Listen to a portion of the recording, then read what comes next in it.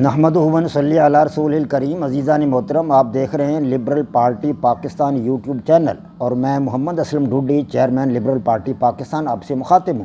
عزیزان محترم، آپ جانتے ہیں کہ میں اپنے اس چینل کے توسط سے آپ کے سامنے لبرل پارٹی پاکستان کا منشور واضح کرتا رہتا ہوں۔ آج بھی اسی سلسلہ میں جس موضوع پر اظہار خیال کروں گا اس کا عنوان ہے جمہوریت میں زندگی اور آمریت میں موت ہے۔ عزیزان محترم، جیسا کہ آپ جانتے ہیں کہ liberal party Pakistan YouTube channel آپ کا اپنا چینل ہے۔ میں آپ سے گزارش کرتا ہوں کہ آپ اپنے اس چینل کو سبسکرائب بھی کریں، لائک بھی کریں اور شیئر بھی کریں، تاکہ پارٹی کی طرف سے دی جانے والی تمام ہدایات، معلومات اور گزارشات آپ کے پاس اور آپ کے دوستوں کے پاس بروقت پہنچ جائیں۔ عزیزان محترم، اب میں اپنے موضوع کی طرف آتا ہوں۔ جمہوریت ایک ایسا طرز حیات ہے جس میں حکومت عوام کے ہاتھ میں ہوتی ہے، یعنی عوام کی حکومت عوام کے ذریعے۔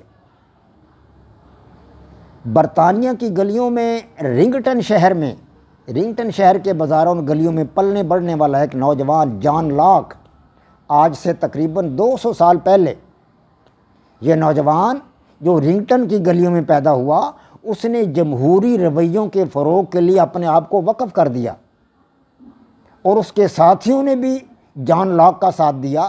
جان لاک نے سب سے پہلے یہ بتایا کہ فرد کو یہ حق حاصل ہونا چاہیے کہ وہ اپنی ذاتی رائے دے کر حکومت کا قیام عمل میں لائے۔ اس سے پہلے بادشاہت تھی، پورے یورپ میں بادشاہت تھی، پوری مغربی دنیا میں بادشاہت تھی، اور دیگر ممالک جو آسٹریلیا، نیوزی لینڈ وغیرہ، یہاں پر بھی بادشاہت تھی۔ یعنی کہ جو لوگ مذہب میں بہت آگے ہوتے تھے، مذہبی کلیسا کو جو تھی وہ اہمیت حاصل تھی، اور مذہب کلیسا کی پسند کے مطابق یہ حکمران جو وہ بنائے جاتے تھے۔ لیکن جان لاک نے آ کر بتایا کہ مذہب کا مقام بھی اپنی جگہ پر مقدم ہے، ہم مذہب کے خلاف نہیں ہیں، لیکن ہم یہ کہتے ہیں کہ فرد کو یہ حق حاصل ہونا چاہیے کہ وہ اپنی رائے سے حکومت کا قیام عمل میں لائے۔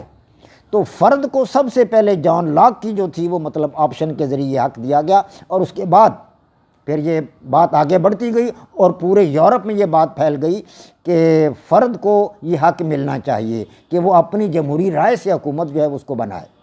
تو اس طرح جمہوریت کا فروغ سب سے پہلے مغربی دنیا میں ہوا۔ برطانیہ، France, Denmark, Sweden, Norway, Germany, France, America, ان ممالک میں جمہوریت کو فروغ حاصل ہوا۔ اس وقت یہ جو ہماری اسلامی دنیا تھی، یہاں تو بادشاہت تھی۔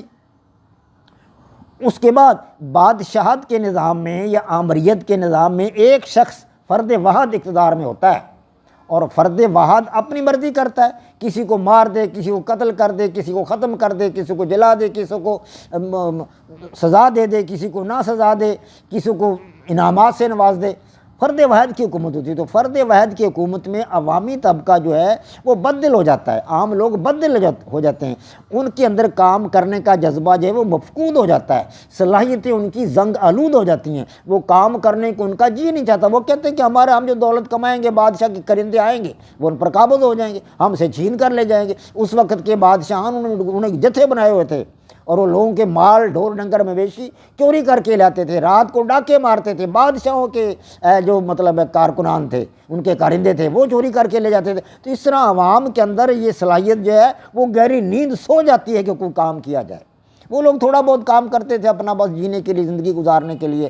اور جب یہ رنگٹن کی گلیوں سے جان لاک نے آواز بلند کی کہ فرد کو جو ہے وہ اقتدار ملنا چاہیے، اور فرد کی رائے سے حکومت بننی چاہیے، تب سے مغربی دنیا میں یہ اس کو عروج حاصل ہوا۔ لیکن اس کے بعد ایسا ایسا پھر جو تھا سوشلزم کو فروغ حاصل ہو گیا مغربی دنیا کے ساتھ ساتھ، ادھر اپنے رشیا میں اور چائنا میں اور دیگر جو مغربی ممالک ہیں ان کے اندر یہ سوشلزم کو فروغ حاصل ہوا، کمیونزم کو فروغ حاصل ہو گیا۔ یہ بھی ایک آمرانہ حکومت ہے سوشلزم کی بھی۔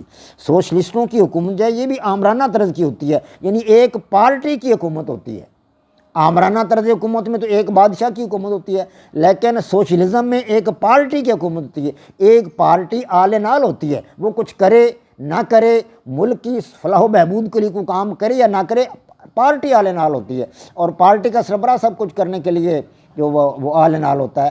تو سوشلزم ہو، کمیونزم ہو، آمریت ہو یا فاشزم ہو، فاشزم بھی اس دور میں اس کو بھی فروغ حاصل ہوا کہ ہماری قوم سب سے بہتر ہے۔ مسولینی اس کا دعوے دار تھا، اور ہٹلر بھی اس کا دعوے دار تھا کہ ہماری قومیں جو ہیں، ہٹلر کہتا تھا کہ میری جرمن قوم دنیا میں سب سے اچھی قوم ہے، مسولینی کہتا تھا کہ میری جو ہے اطالین قوم دنیا میں سب سے اچھی ہے۔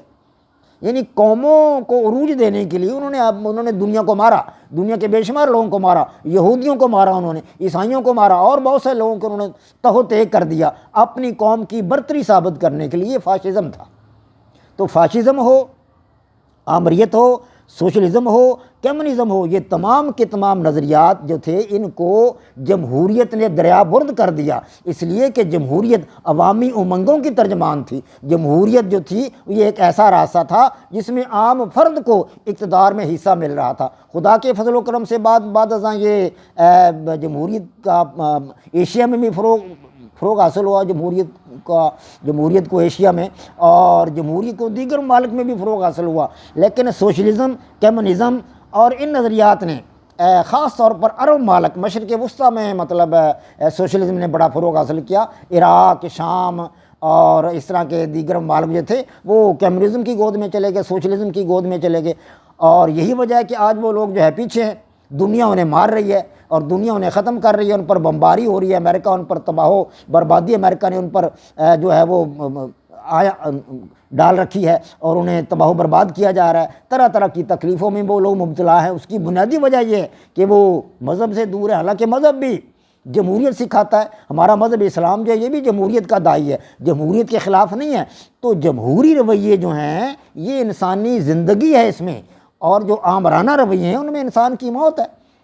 بادشاہ جس کو جی چاہتے تھے مار دیتے تھے، لیکن آج کسی کو یہ حق حاصل نہیں کہ وہ کسی کو مار ڈالے۔ آج جو بھی کسی کی جان، مال، عزت و آبرو کو نقصان پہنچائے گا وہ سیدھا جیل میں جائے گا۔